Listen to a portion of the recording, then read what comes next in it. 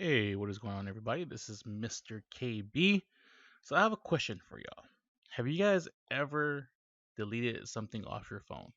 Mainly in the Android, because that's all I've ever had. And then said, oh, damn, I wish I can get that back. Damn it, what the hell did I just do? Well, it happened to me, happened to my wife. And I spent the better part of like 4 days trying to find a way to recover that data because she thought that she had backed up to the hard drive, which took 3 days, and that wasn't the case. So we looked up to her phone. So one of the products that we have that I found was DrFone for Android. Now I'm not being paid by them, and in all honesty, I didn't pay them to get some of the information that I got back. So it's just kind of a workaround in case you want to see if those pictures are still there. So what we ended up doing was we went to DrFone for Android. Winded up getting the Windows version. Try it for free. There's a Mac version as well, but I don't have a Mac, so I wouldn't know how to actually do the same things on Mac. I'm going to assume if you have that cross knowledge between Windows and Mac, you can find a way, but this is going to be Windows. So you would download it for free. You would install it. As you can see here, I had it on my desktop. I also have it on my install programs. I have everything running as admin, so it asked me, this is what it looks like.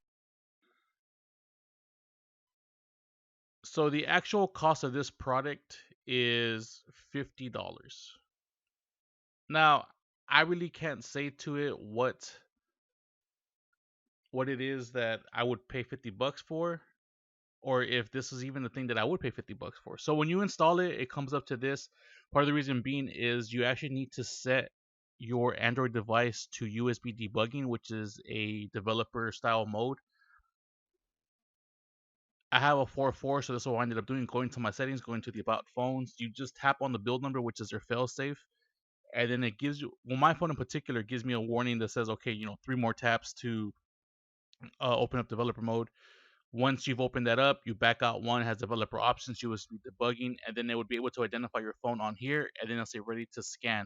Once it says ready to scan, it'll give you the options of what you're going to be looking for, whether it be photos, videos, documents, contacts, just about almost anything that you can think of that would be on your phone is what they give you the option to do.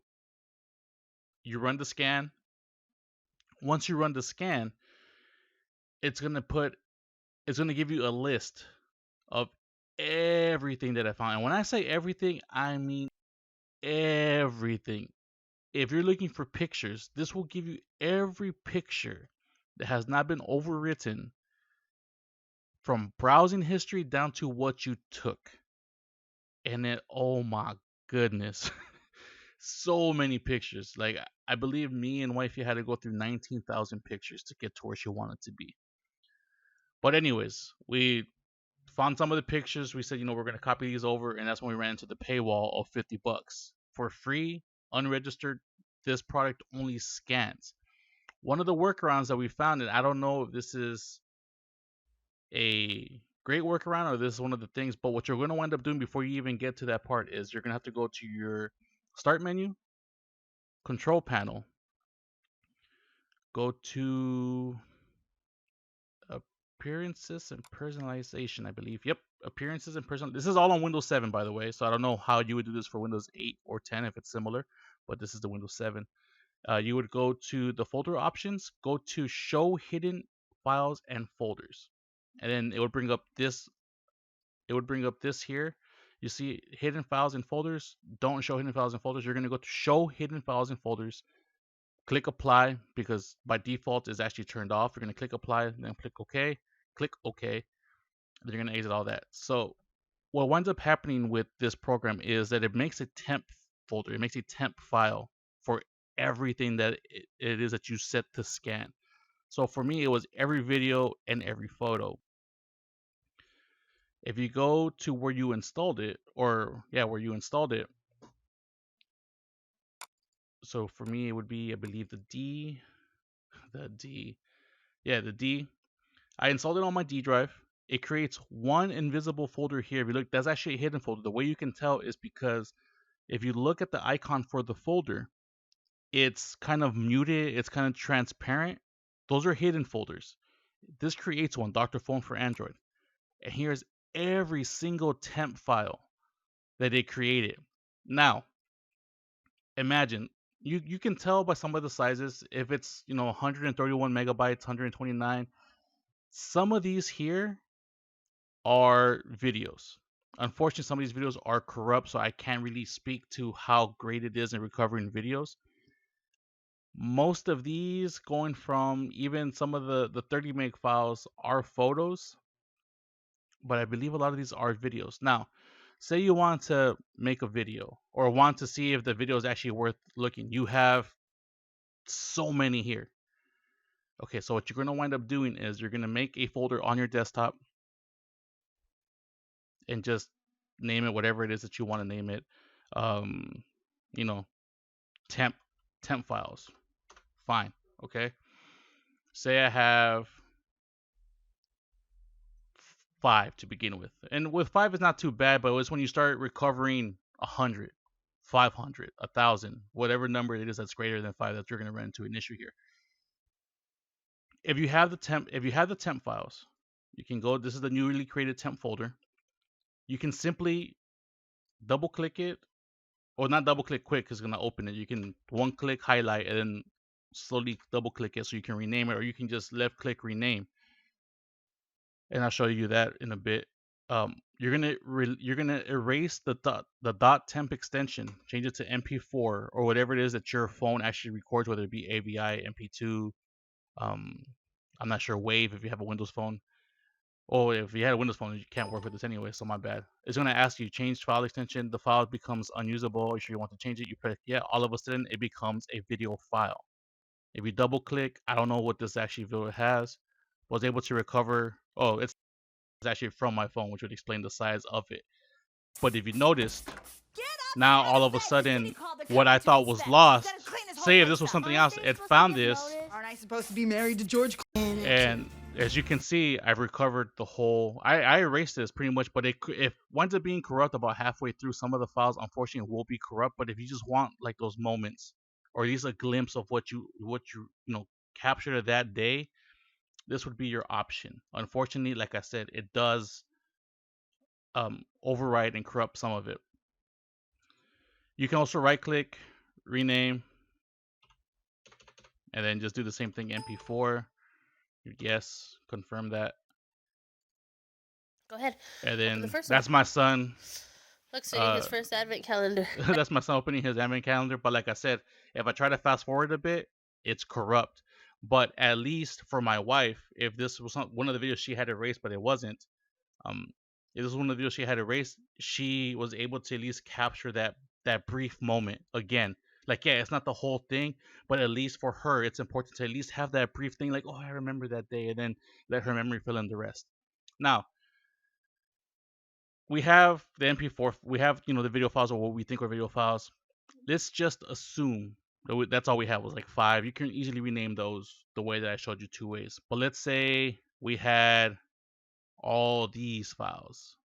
This file all the way down. Now, can you imagine renaming all of those files by hand to see what they actually were? No, right? It's a big, it's a big cluster of whatever. So I'm gonna erase these here just to keep it, I guess, keep it clean for this test demonstration. So I'm gonna go here down to here. Even if you had these files here, you're talking about 33 files. You might think, oh, I can do it. I can just do dot, whatever. Okay, for these particular files, these are going to be photos. You can tell again by the size. They can be short videos as well, but we're going for this. Assume that they're all JPEGs. Same thing applies. If you want them to be pictures or you want this to have the picture extension, you're gonna click once, slow down, click twice, rename, or right click rename, and then just change the temp extension with the .jpeg extension. It's gonna give you the same warning. Say yes. And here's a screenshot of some book that my wife wanted to read, and it saved it. So that's what I mean where it saves everything. That's what we have 19,000 files to go through. So if you wanted to go through every single bit, and it's going to take some work, close this out, You're gonna open up your command prompt. Okay, so this is gonna be at the desktop. So as you see here, we're on the C user swarm host. That's our desktop. We have our test folder. We're on the temp files folder. We're gonna drag this to here. Okay, you're gonna delete the quotations,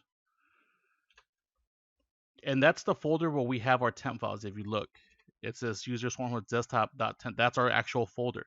Now, what you want to do is you actually want to go into that directory. So you're going to drop it in. You're going to go all the way to the beginning. And you're going to cd space, and this should go right into it. And you look now we're actually in the actual temp files folder. Now, what you're going to wind up doing from here is you're going to type rename space asterisk, which is shift 8 dot temp files, and then you're going to put asterisk dot jpeg. So what this is going to wind up doing is it's going to rename every temp file to .jpeg files. You press enter. You saw a little glimpse. Now when we go into our temp files folder, everything has been changed to what it is. So now we have the one that we named manually plus everything else that was on there. We have my son from way back in the days.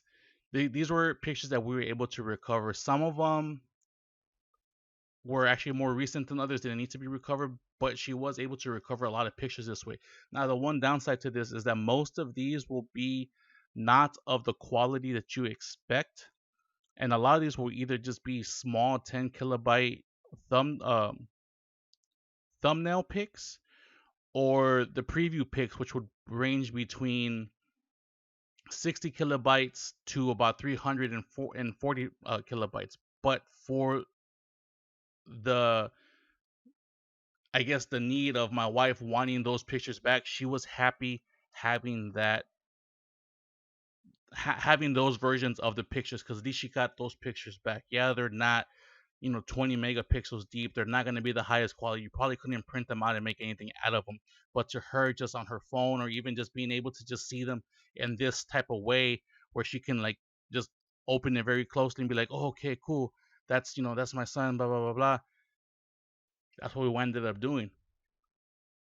Now, I don't know, again, I don't know how important it is to you, but if you run into this problem with Dr.Fone for Android and you don't want to pay $50 for the paywall, that's one way to get around it. And that's pretty much it. If you guys have any questions, please feel free to ask down below. I hope this has been somewhat helpful, and I will see you guys next time.